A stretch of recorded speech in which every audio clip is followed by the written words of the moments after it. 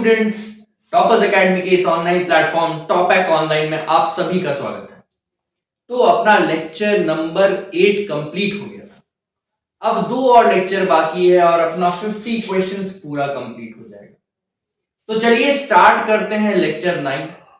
लेकिन उससे पहले उम्मीद करता हूं कि लेक्चर 1 से लेक्चर 8 तक आप लोगों ने देख लिया होगा।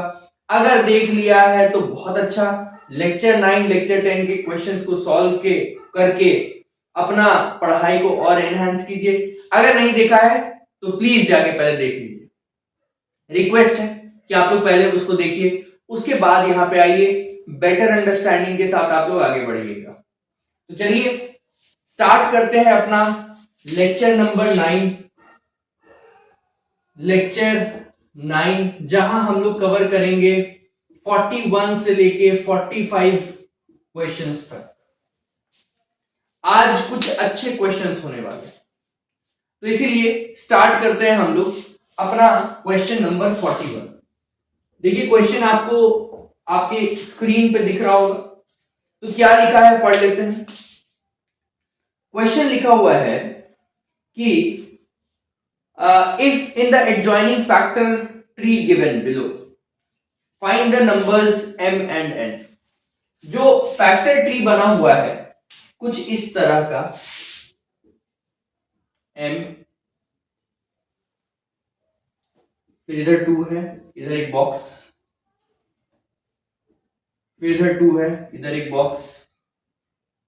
अच्छा इस बॉक्स में n लिखा हुआ है, फिर एक 2 है और एक बॉक्स है, और फिर फाइनली 3 और 3। देख लेते हैं 1 2 3 4 5 5 लेवल है। 1 2 3 4 5 5 लेवल है। तो ये अपना क्वेश्चन। जब ये क्वेश्चन आपके सामने है तो ऐसा ही एक क्वेश्चन हम लोग पहले सॉल्व कर चुके हैं। क्या होता था, नीचे से शुरू करेंगे, मल्टीप्लाई करते हुए ब्लैंक्स को भरते जाएंगे, जो बॉक्सेस है उसको भरते जाएंगे। चलिए 3 इंटू 3 9, मल्टीप्लाई करना है। 2 इंटू 9 कितना हो गया 18, n के वैल्यू 18 होगा। फिर 2 इंटू 18 36, 2 इंटू 36 72। तो अपना दो answer m equals to 72 and n equals to 18 आ गया। ये है अपना आंसर, आंसर नंबर 41 कंप्लीट। आसान है, नीचे से मल्टीप्लाई करके बॉक्सेस को भरते जाइए और आंसर लाते जाइए। फैक्टर ट्री ऐसे ही दिखेगा, ऐसे ही आपको क्वेश्चन आएगा, उसको सॉल्व करना होगा।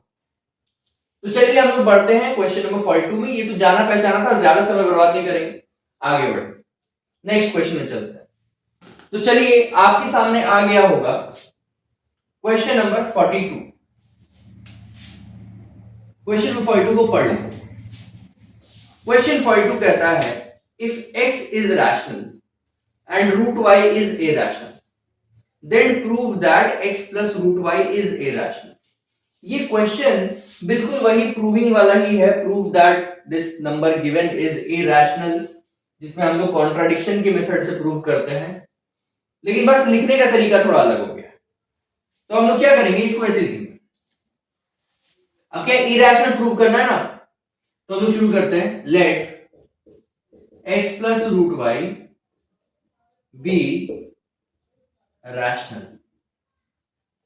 x plus root y rational. जब x plus root y rational आ गया तो अब आगे क्या करेंगे, हम लोग बोलेंगे therefore x plus root y equals to p by q where q is not equals to 0। क्यों, क्योंकि ये तो रैशनल है ना, रैशनल को फ्रैक्शन के फॉर्म में दिखा सकते हैं ना, जिसमें डिनोमिनेटर 0 नहीं होगा। तो आगे बढ़ते हैं, इसको सॉल्व करते हैं। रूट वाला नंबर हम लोग एक तरफ रखते थे, बाकी सबको दूसरी तरफ। तो रूट वाई को इधर छोड़ देते हैं, x को उधर भेज देंगे, p by Q minus x.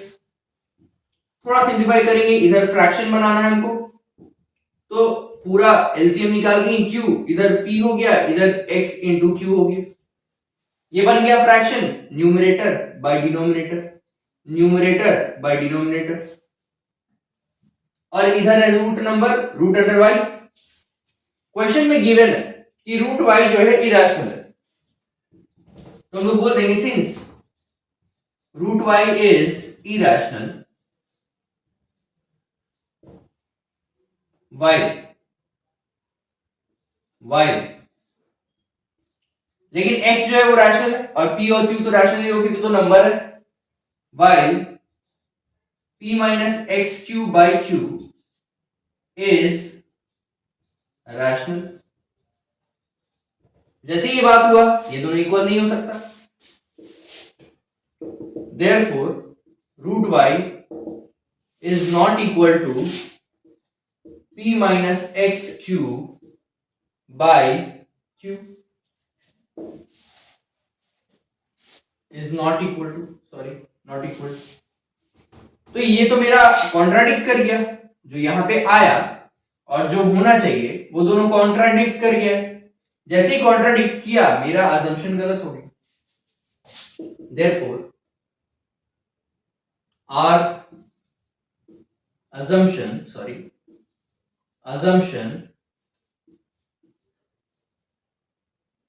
contradicts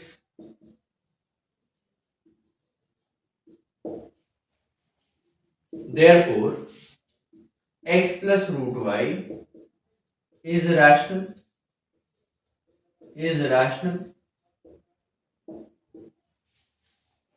ठीक है, सॉरी इज रैशनल इरैशनल है ना, रैशनल तो assumption था मेरा, इसको इरैशनल बोलेंगे है ना, थोड़ा मिस्टेक हो जाता है, ह्यूमन एरर है, इंसान हूं तो गलती हो जाता है। तो आप लोग देखिए ये इरैशनल प्रूव हो गया, मेथड यही रहेगा, ऐसे सॉल्व करेंगे, वही चीज है जो अभी तक करते आए थे, बस डिफरेंस है कि पहले नंबर्स लगा था अब एक्स और वाई लगा दिया है, इतना ही अंतर है। तो आंसर नंबर 42 अपना कंप्लीट होता है। अब हम लोग बढ़ते हैं अपने नेक्स्ट क्वेश्चन में, क्वेश्चन नंबर 43। तो चलिए क्वेश्चन नंबर 43 को आपके स्क्रीन में दिख रहा होगा, आप देख लीजिए और चलिए रीड करते हैं। क्वेश्चन क्या है, क्वेश्चन है कि if D is the HCF of 45 and 27, find x and y satisfying D equals to 27x plus 45y। चलिए कह रहा है कि D जो है ना HCF है किसका 45 और 27, और D equals to 27x plus 45y इस तरह से लेके आना है। तो लीनियर कॉम्बिनेशन इसको बोलते हैं। जब भी लीनियर कॉम्बिनेशन क्वेश्चन होगा मतलब HCF इक्वल्स टू एक नंबर इंटू x प्लस दूसरा नंबर इंटू y और x और y फाइंड करने बोल रहा है, जब भी ऐसा क्वेश्चन होगा हमेशा HCF निकालने के लिए यूक्लिड मेथड का यूज कीजिएगा। तो हम लोग स्टार्ट करते हैं बाई, थोड़ा सा छोटा लिखूंगा क्योंकि ये आंसर थोड़ा लंबा होगा, तो इसीलिए दोनों साइड पूरा फुल यूज होगा, तो इसलिए बियर कीजिएगा। Euclid's division algorithm, by Euclid's division algorithm. Step one, दो नंबर कौन कौन सा है, 27 और 45, तो बड़ा नंबर को पहले लिखते हैं। 45 इक्वल्स टू 27 इंटू कितना, दो बार में करेंगे तो 54 हो जाएगा, 45 रखना है या उससे छोटा रखना है, तो 27 वन जा 27 और रिमाइंडर कितना बच गया 27, 37 और इधर हो गया आपका 18। उसका स्टेप 2, यहां पे 27 आ गया ये वाला, और ये रिमाइंडर यहां पे आ गया 18 इंटू 1 करेंगे बचा 9 रिमाइंडर। स्टेप 3, 18 इधर आ गया, 9 यहां पे आ गया रिमाइंडर वाला, है ना, ये डिवाइजर जो है डिविडेंड बन जाता है और जो रिमाइंडर है वो डिवाइजर बन जाता है, ये याद रखिए, ये रूल है जो आप लोग क्लास में सीख रहे होंगे, आप लोगों को बताया गया होगा। 9 इंटू 2 हो गया 18 और रिमाइंडर कितना बचा 0, जैसे ही 0 आ गया रिमाइंडर, वहीं पे जो डिवाइजर होता है वही HCF होता है। तो हम लोग बोलेंगे since in step 3 b equals to r equals to 0 and b equals to 9, therefore HCF equals to 9, HCF 9 को। ठीक, अब बोल रहा है दूसरा पार्ट में कि अब आपके सामने एक एक्सप्रेशन हम बता रहे हैं कि d जो है क्या है, DHCF है, तो d equals to HCF equals to 9, और बोला d equals to 27x, ऐसा ही कुछ बताया ना, हाँ 27x प्लस 45y। ये आप x और y का वैल्यू निकाल के दिखाइए। तो चलिए देखते हैं x और y का क्या वैल्यू हो सकता है। यहां से ही हम लोग करना है, ठीक है, स्टेप 3 है, ठीक है, हम लोग को HCF देखना है। अब स्टेप 3 लास्ट वाला जो स्टेप होता है उससे जस्ट एक पहले वाले स्टेप पे जाइए। लास्ट वाला जो स्टेप होता है उससे जस्ट एक पहले वाले स्टेप पे जाइए। तो यहां स्टेप 3 लास्ट है, तो उससे एक स्टेप पहले मतलब स्टेप 2 में आना है। जब स्टेप 2 में आएंगे तो यहां पे 9 हमको ढूंढना है ना, क्या ढूंढना है हमको, HCF ढूंढना है। तो HCF स्टेप 2 में कहां दिख रहा है, 9 यहां पे है ना, HCF कितना है 9, और स्टेप 2 में 9 का है यहां पे। तो जो HCF है उसको एक तरफ कर दीजिए, बाकी सबको दूसरी तरफ भेज दीजिए। तो ये कुछ ऐसा हो जाएगा, 9 इक्वल्स टू, ये देखिए 9 इक्वल्स टू 27, तो ऐसे ही रहेगा 27 माइनस 18 इंटू 1 इधर आ जाएगा, 18 इंटू 1। जब भी कभी लिखना होता है हमेशा समथिंग इंटू समथिंग, प्लस या माइनस कुछ भी हो सकता है, फिर एक नंबर इंटू दूसरा नंबर, मतलब यहां एक इंटू, यहां एक इंटू, बीच में प्लस माइनस कुछ भी हो सकता है। तो भाई अभी तो वैसा फॉर्म आया नहीं, तो इसको हम लोग को वैसे ही लिखना है, तो इसको ऐसे लिख सकते हैं 27 इंटू 1 माइनस 18 इंटू 1। अब हो गया, यहां एक इंटू, यहां एक इंटू, बीच में माइनस। जब ऐसा बन जाएगा ना तभी अगला स्टेप पे बढ़ेंगे। अब सेकेंड स्टेप कंप्लीट। अब इससे पहले वाले स्टेप में आते हैं। इससे पहले वाले स्टेप में देखिए यहां पे रिमाइंडर में क्या है, यहां पे रिमाइंडर में HCF था, HCF को अकेले कर दी। यहां पे रिमाइंडर क्या है, 18 है। अच्छा अगर सोचिए 18 को हम अकेले करते हैं तो हम क्या बनाएंगे, 45 माइनस 27 इंटू 1। थोड़ा ध्यान से देखिए, 18 को यहां अकेले कर दिए तो ये वाला पूरा पार्ट को इधर भेजना पड़ेगा। तो 45 पहले से है, फिर माइनस 27 इंटू 1, क्योंकि ये प्लस में इधर माइनस में आ जाएगा। तो 45 माइनस 27 इंटू 1 लिखा गया। अब ये 45 माइनस 27 इंटू 1 18 के जगह पे हम लगा सकते हैं ना, तो हम लगा देंगे। ये रफ में लिखना है, ये फेयर का नहीं है। 18 की जगह पे क्या लगाना है, 45 माइनस 27 इंटू 1, इसको यहां पुट कर देंगे। 27 इंटू 1 माइनस 18 की जगह पे 45 माइनस 27 इंटू 1, और ये लास्ट में एक इंटू 1 यहां पे लगा हुआ। चलिए अच्छा, चलिए तो ये 27 इंटू 1 हुआ, ये माइनस प्लस माइनस 45 इंटू 1 हुआ, फिर ये माइनस माइनस प्लस 27 इंटू 1 1 जब 1 हुआ, है ना, सब इंटू के फॉर्म में रख रहे हैं क्योंकि इंटू के सब फॉर्म में रखना है ना हमको। लेकिन क्या बोला था क्वेश्चन में कि भाई एक इंटू, फिर यहां एक इंटू, फिर बीच में प्लस या माइनस, ऐसा होना चाहिए। इसको वैसा बनाया सकता है क्या, चलिए देखते हैं। यहां 27 इंटू 1, फिर यहां 27 इंटू 1, तो सीधा सीधा हम बोल सकते हैं कि 27 इंटू 2 है ये।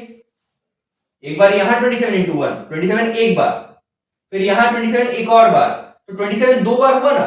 तो इसको वैसे लिख सकते हैं 9 equals to 27 into 2 minus 45 into 1। अच्छा थोड़ा देखिए, तो जो बनाना है हमको, यहां 27 इंटू कुछ तो आ गया, लेकिन माइनस नहीं आया ना, प्लस आ गया। तो इस माइनस को अगर हम 45 के जगह 1 में डाल दें तो कोई हर्ज है नहीं, क्योंकि माइनस प्लस अगर हम करेंगे तो भी आंसर में माइनस आने वाला है। अगर इसको प्लस रखेंगे, इसको माइनस रखेंगे, तो भी आंसर में प्लस माइनस माइनस ही आने वाला है। तो हम माइनस यहां लगाएं चाहे यहां लगाएं, बात बराबर है। बात अगर समझ में नहीं आया हो तो रिपीट करिएगा वीडियो, बहुत इंपॉर्टेंट है। यहां माइनस लगाएं चाहे यहां माइनस लगाएं, आंसर सेम ही आने वाला है, क्योंकि माइनस इंटू प्लस करेंगे तो भी माइनस आएगा, प्लस इंटू माइनस करेंगे तो भी माइनस आएगा। तो हम यहां पे प्लस बना देते हैं, इधर माइनस लगा देते हैं, तो ये ऐसा हो जाएगा प्लस 45 इंटू -1, है कि नहीं? इसको मिटा देते हैं। अब देखिए, तो यहां से क्या निकल के आया कि 27 इंटू एक्स, एक्स की जगह पे क्या लग गया 2, तो लिखेंगे देयरफॉर x इक्वल्स टू 2, और प्लस 45 इंटू वाई, तो प्लस 45 इंटू वाई की जगह पे -1, तो y इक्वल्स टू -1। ये आ गया मेरा आंसर। बड़ा इंपॉर्टेंट क्वेश्चन है, ध्यान से देखिएगा, बनाइएगा और इसको समझिएगा। ये क्वेश्चन इंक्लूड करने का मकसद बड़ा डिटेल्ड है कि ऐसा क्वेश्चन आ सकता है, चांसेस कम है लेकिन आ सकता है।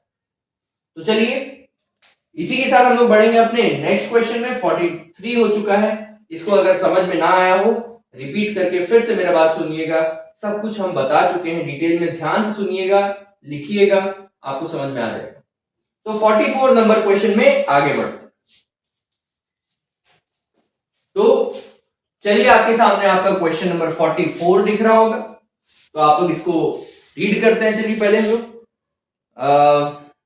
44 नंबर क्वेश्चन कहता है if two positive integers a and b can be expressed as a equals to ab square and b equals to a square b, sorry a cube b, where a b are prime numbers, then LCM ab equals to dash and LCF ab equals to dash। ठीक है, तो कहने का मतलब है आपको दो number दिया हुआ है, ये आंसर नंबर 44 है। दो नंबर्स दिया हुआ है, एक है a और एक है b। a दिया हुआ है ए बी स्क्वायर, है ना, और b दिया हुआ है a cube b, a cube b। अब आपको बोल रहा है हमको ये दोनों प्राइम नंबर है a और b, ऐसे ही बता दिया। एचसीएफ और एलसीएम निकाल के दिखाइए a और b का। चलिए सोचते हैं ना, प्राइम फैक्टराइजेशन करने के बाद एचसीएफ हम लोग कैसे निकालते हैं? हम लोग क्या करते हैं, दोनों में कॉमन नंबर्स ढूंढते हैं, और दोनों जो कॉमन नंबर्स होता है सबका मिनिमम छोटा छोटा पावर्स को ले लेते हैं। तो देखिए यहाँ पे a है, यहां भी a है, a कॉमन, यहां b है, यहां भी b है, b कॉमन। अच्छा, यहां वाला a और यहां वाला a में छोटा पावर किसका है? इसका है, इसका 3 है ना, इसका 1 है, तो छोटा 1 है, लिख दिए। b में छोटा पावर इसका 2 है, इसका 1 है, तो 1 छोटा है, लिख दिए। तो a का power 1 into a equals to a, b का पावर 1 इक्वल्स टू b, तो a into b equals to ab, तो HCF आया ab। एलसीएम देखिए, एलसीएम में क्या करते हैं, जो दिख रहा है सब लिख दीजिए, a दिख रहा है, b दिख रहा है, और बड़ा बड़ा पावर लगाइए। तो ये 1 ये 3 पावर 3 बड़ा है, ये 1 ये 2 पावर 2 बड़ा है, तो आंसर क्या हो गया a cube b square. Answer बड़ा आसान था, है ना, देते ढंग से आंसर। आंसर तो आंसर नंबर 44 बड़ा आसान सा था, बस नंबर्स की जगह पे जो अभी तक हम लोग नंबर्स करते आए थे फंडामेंटल थ्योरम ऑफ अरिथमेटिक में, वहां पे a और b दे दिया आपको कंफ्यूज करने के लिए, और बता दिया कि a और b प्राइम नंबर है। मतलब मोटा मोटी बात वही है, वो प्राइम फैक्टराइजेशन वाला ही मेथड आपको अप्लाई करने बोल रहा है, और कोई तरीका नहीं। तो ये आपका हो गया आंसर नंबर 44। अब हम लोग बढ़ेंगे अपने नेक्स्ट क्वेश्चन में, क्वेश्चन नंबर 45। तो देखिए क्वेश्चन नंबर 45 आपको आपके सामने दिख रहा होगा, तो चलिए रीड करते हैं। क्वेश्चन नंबर 45 कहता है कि प्रूव करिए √6 प्लस √2 इज इरेशनल। ठीक है, क्वेश्चन वही है, बस अलग टाइप का है। तो जैसे हम हर बार प्रूविंग में एक नया टाइप लेके आ रहे हैं, वैसे ये भी एक नया टाइप आपको दिख जाएगा। आंसर 45। ठीक है, क्या है क्या है कि बोल रहा है आपके पास एक नंबर है √6 + √2, ये इरैशनल है, ऐसा प्रूव कीजिए। तो मेथड ऑफ कॉन्ट्राडिक्शन, पहले रैशनल ले लेते हैं, लेट ये बी रैशनल। अब इस क्वेश्चन में और बाकी जो क्वेश्चन हम लोग इससे पहले बनाए हैं उसमें अंतर क्या है? अंतर ये है कि इससे पहले जितना भी हम लोग क्वेश्चन बनाए ना उसमें एक ही स्क्वायर रूट का नंबर हुआ करता था, इसमें 2 स्क्वायर रूट का नंबर। तो इस तरह क्वेश्चन को हम लोग कैसे सॉल्व करेंगे वो देखिए। हम लोग अज्यूम कर लिए रैशनल, हम लोग लिखेंगे जैसे नॉर्मली लिखते हैं, देयरफॉर √6 + √2 = p/q। अब आपको क्या करना है ना, आपको ये दोनों रूट में से किसी एक रूट को चुन लेना है, ठीक है।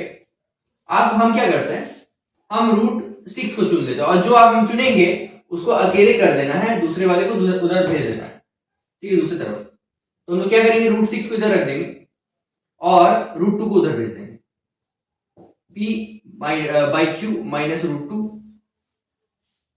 फिर से बता रहे हैं कि कोई दोनों में से एक रूट को चुन लीजिए और चुन के एक तरफ रख दीजिए और बाकी सब कुछ रूट नंबर सब कुछ दूसरी तरफ भेज दीजिए। तो हम लोग यहां पे वैसे ही कर लिए। अब इधर क्या एक फ्रैक्शन बना लेना है, √6 = q, एलसीएम आ गया, ये p ये q क्रॉस मल्टीप्लाई q√2। अब यहां पे √6 पे क्या है, √6 अगर हम ये बोथ, क्योंकि इस साइड भी स्क्वायर रूट है, स्क्वायर रूट ऑफ नंबर है और ये नंबर को प्राइम नंबर तोड़ा जा सकता है 2 × 3, यहां पे भी square root of prime number, तो मतलब दोनों ही रैशनल है। हम नहीं बोल सकते कि ये इरैशनल है ये रैशनल है।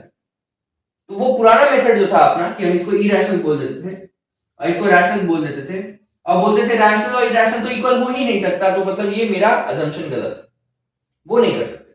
तो क्या करेंगे क्या, हम लोग इसको उस फॉर्म में बनाएंगे। कैसे बनाएंगे, जब यहां तक पहुंच जाएंगे ना, अब आप बोथ साइड्स को स्क्वायर कर दीजिए।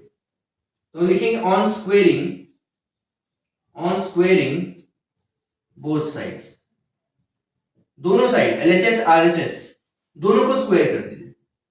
अच्छा, √6 का स्क्वायर तो 6 बन गया, p - q√2 का स्क्वायर मतलब क्या हो गया, a - b का स्क्वायर, तो a² मतलब p², फिर -2ab -2 × p × q × √2, तो 2pq √2 और प्लस b² मतलब q√2 का स्क्वायर, तो q का स्क्वायर तो q² हो गया और √2 का स्क्वायर हो गया 2, तो +2q² बाय नीचे में स्क्वायर करेंगे तो q², क्योंकि बोथ साइड्स में ऊपर नीचे दोनों आ रहा है ना, ये पूरा को स्क्वायर करना है, तो इसको भी कर लिए, इसको भी कर लिए, इसको भी कर लिए, और इसको किससे किया हम लोग, a - b का होल स्क्वायर का फॉर्मूला से किया।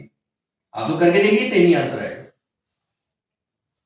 तो यहां तक कर लिए। अब देखिए इस क्वेश्चन में एक स्क्वायर रूट गायब हो गया, सिर्फ एक ही स्क्वायर रूट बचा है। अब जैसे हम लोग करते थे ना, यहां स्क्वायर रूट को एक तरफ कर देंगे, बाकी सबको दूसरी तरफ, वो वाला काम कर लेते हैं। तो हम क्या किए, पहले q² को ऊपर भेज दिए, तो 6 × q², 6q² = p² -2pq √3 + 2q²। अच्छा, ये 2q² जब इधर आएगा तो ये प्लस से माइनस में हो जाएगा, 6q² - 2q² तो 4q² बच गया। ये p² इधर आएगा तो ये प्लस से माइनस हो जाएगा, तो -p² बन गया। अब ये और ये जब चला जाएगा तो बचेगा ये वाला बस, और इसमें क्या है -2pq × √3, तो ये मल्टीप्लाई हो रहा है √3 से, √3 अगर हम छोड़ देंगे तो बचेगा जो पूरा डिवाइड में आ जाएगा, तो ये आ गया -2pq और इधर हो गया √3। देखिए यहां पे सारा का सारा नंबर्स है, p और q भी तो नंबर्स ही है ना, कोई फ्रैक्शन में न्यूमरेटर और डिनोमिनेटर नंबर ही होगा, तो ये नंबर्स है।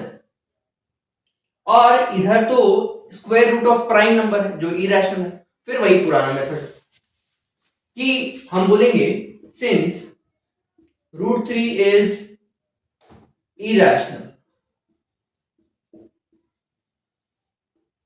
irrational while 4q square minus p square by minus 2pq is rational. Therefore √3 is not equal to 4q square minus p square by minus 2pq, है ना। अब जैसे ही ये बात हो गया तो मेरा assumption कॉन्ट्राडिक्ट कर दिया। Therefore our assumption contradicts.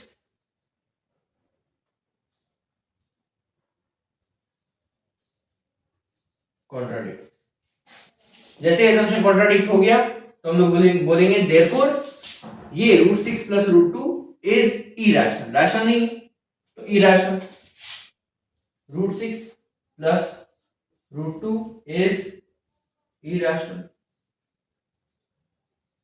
proved। ठीक है, तो ये अपना बना आंसर नंबर 45 कंप्लीट हो गया। नया टाइप का क्वेश्चन था। ध्यान रखिएगा, दो टाइप का क्वेश्चन आता है। एक होता है जिसमें एक ही स्क्वायर रूट हो और एक होता है जिसमें दो स्क्वायर रूट हो। दो स्क्वायर रूट वाला को ऐसे करना होता है, पहले एक स्क्वायर रूट को अलग कर लीजिए, फिर स्क्वायर कर दीजिए, ये वाला स्क्वायर रूट गायब हो जाएगा, बचेगा एक स्क्वायर रूट, उसको एक साइड ले आइएगा, बाकी सब उस तरफ ले आइएगा। अच्छा थोड़ा गड़बड़ हो गया, ये √2 है ना, सॉरी ये √2 है, इसको करेक्ट कर लेते हैं। ठीक है ना, ये √2 है, करेक्ट कर लेते हैं। थोड़ा सा एरर हो गया तो वो एरर जो है ह्यूमन एरर है, उसको हम सही कर दे रहे हैं। √2 है सब जगह पे, वो √3 गलती से मिस्टेक से लिखा गया। तो यहाँ पे आंसर 45 के साथ अपना लेक्चर कंप्लीट होता है ये वाला। अब हम लोग मिलेंगे अपने लास्ट लेक्चर में क्वेश्चन नंबर 46 से 50 के साथ, और उसके बाद ये जो सीरीज है 50 important questions from maths real numbers अभी के लिए खत्म हो जाएगा। इनकेस सीबीएसई के सिलेबस में कुछ ऐड होता है या कुछ सब्ट्रैक्ट होता है तो फिर इसको अपडेट करेंगे, लेकिन अभी के लिए यही सिलेबस। ठीक है, तो ये जो है अपना नेक्स्ट लेक्चर 10 में मिलेंगे। चलिए आज का क्लास यहाँ ओवर करते हैं। पढ़ते रहिए, आगे बढ़ते रहिए। Thank you.